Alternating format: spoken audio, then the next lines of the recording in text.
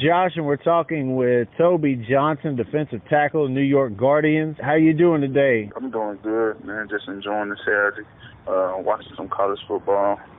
Yeah, I'm doing the same thing. So, we wanted to talk to you because we wanted to get your feeling about how it was to play last year in the XFL with the Guardians, and your thoughts on how the season ended. How did you find out when everything was over with, when they had decided to shut all the way down and the group filed for bankruptcy? I was pretty excited about the opportunity. Last year, I didn't get a chance to play in the Alliance League, which I thought was weird. Yeah. Coming fresh out the league and right. Not even getting a shot to play in that. But the way I found out was we was in there with the head coach or whatever. We was in the training room, just getting prehab and stuff before practice.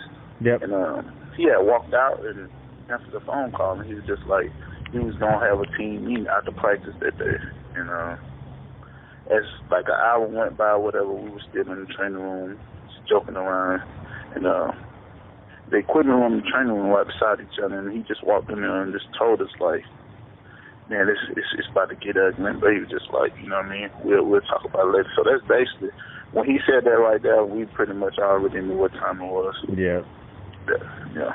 Yeah, it was tough for everybody to hear that because you're trying to get ready for the season, and then as time went on, you're starting to try to plan for next season, and then bam, they let you know that that's not going to happen. Sad, everybody, that was kind of like the week.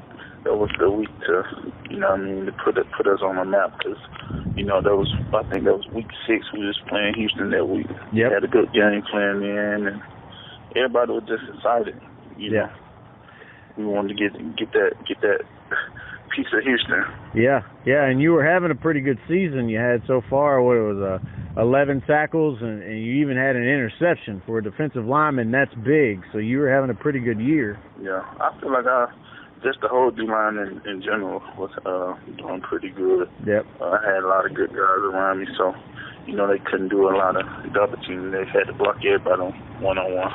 So we played good as a defense, and coaches was putting us in good defense and putting us in good schemes and moving everybody. They couldn't just key in on one guy. Yep. Yeah, I watched a lot of the Guardians games, so I know how your guys' defense was pretty dominant. So that was exciting to watch. Now that there's new ownership, that Danny Garcia and The Rock have picked up the league, how excited are you about the possibility of getting back into it? I'm excited about it, but right now I kind of got all my attention on getting back into the league right now, getting back to the NFL. Yeah. And if that don't happen, then I'm excited about the opportunity again. And I'm just excited for everybody, not just only myself. I know a lot of guys that was on our team or whatever, ain't never get a chance to even play in the league. And that was kind of like their little gateway to, to possibly get a shot or whatever. So I'm just happy for everybody, everybody getting the opportunity to be able to just play the football, the game they love, and get paid for doing it, even if it's not the NFL. So yeah, I had previously talked to Ranthony Sahada. He was with you guys, so yeah, he was basically the same thing. It was obviously the ultimate goal is to get into the NFL, and you had been in a few camps, along the years since you came out of Georgia.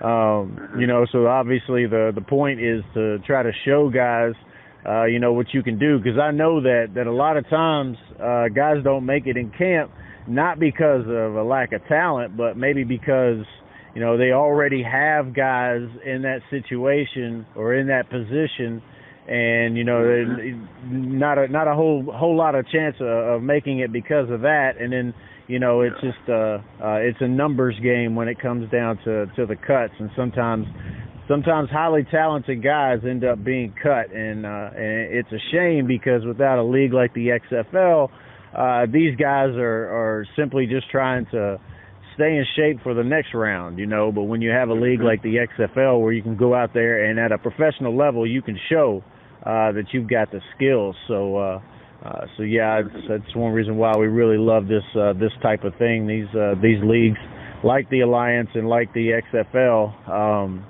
they give an opportunity for guys who have the talent to show it, so that NFL scouts can see, you know what, maybe we made a mistake on this guy, and we need to give him another shot.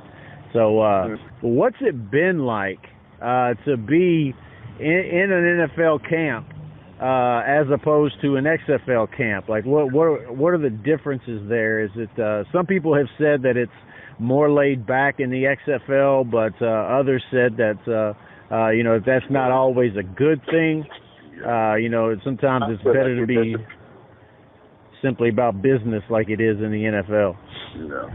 Well, I know with our team, it was more so about business. It was like NFL. They was cutting guys, bringing guys in. So every day we had new guys and guys coming in. So, you couldn't really get comfortable in what we, on our team, because it was like a revolving door. And, you would have guys that,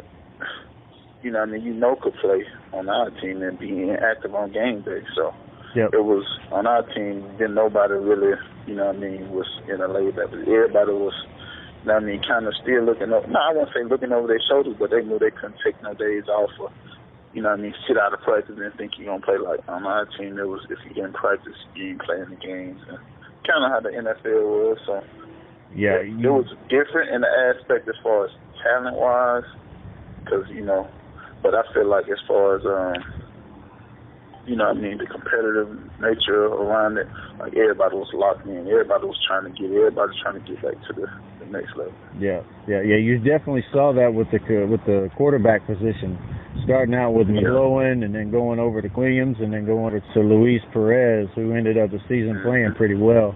You saw it all over the place. Guys were there one game and then weren't even on the roster the next. So I know that's got to be kind of nerve-wracking, but also it can be inspiring too to know that you've got to make sure that you compete every day, that you don't just work hard, but you get out there and compete every day.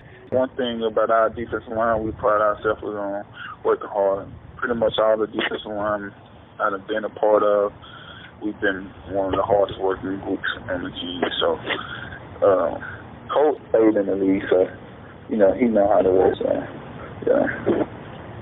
he had us ready every day. He worked hard every day on drills, running blocks, everything. He got a little extra conditioning, but had fun at the same time. While getting work done. So that's why I appreciate it about those guys. Good stuff. So I know that obviously the number one point is to try to get on an NFL roster, but you said that you'd welcome a shot to get back into the XFL, right?